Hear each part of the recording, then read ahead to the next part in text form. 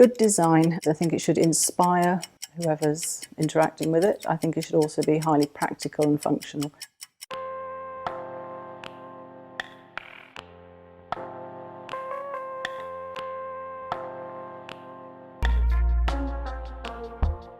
It's always quite exciting to begin work in an unexpected and exciting new location.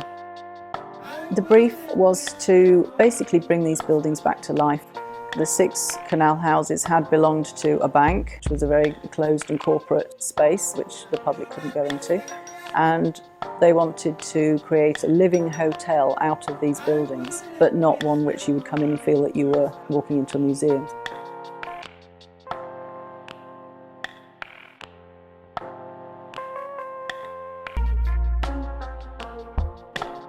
One of the most fun parts of a project for me is to do the research on the buildings, and obviously where these are, we're in the middle of Amsterdam, we're in a World UNESCO Heritage Site. These buildings have a lot of stories to tell.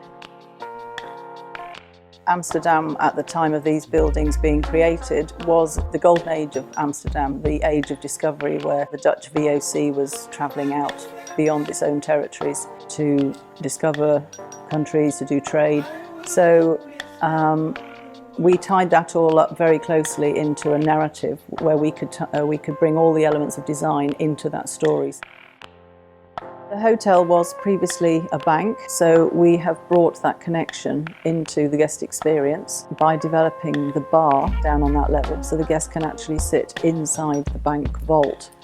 And when that space was renovated, we brought out the original security boxes themselves, and we've used those covers on the back bar, including all the little tags.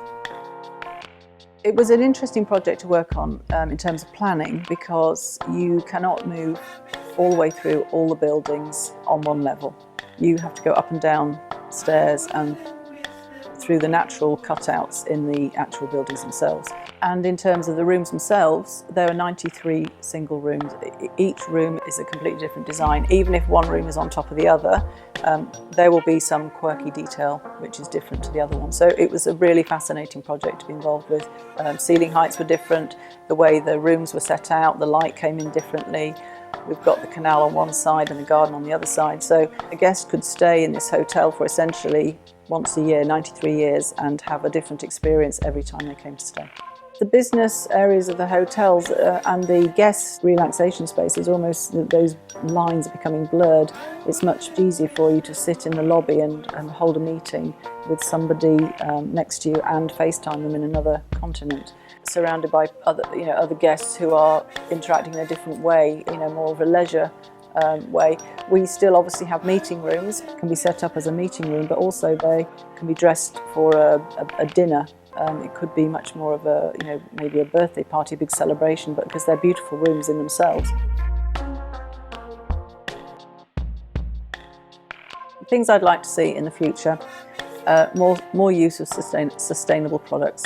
What's available locally to the hotel, it saves on the time for things being delivered. It's a much more environmentally positive solution to sourcing products for the hotel. Also, it's good for local business. If we're using something which is created locally, it's got the essence of the locality. The next step for me is to work on another Waldorf Astoria, and this time it's in Jakarta, which interestingly ties up this whole story of Amsterdam and the VOC and the trading routes with the Far East, so it's very exciting. Also that these are heritage buildings, and the new building is going to be a very tall, modern structure in the centre of the Jakarta Business District. So it's a really sort of yin and yang kind of set up there with what we've started with here, and then coming all the way round to the end of the story, and for me tying it all up. I don't think it's possible to sum up design in just one word. I think the key words for me are to create, to inspire, and to organise.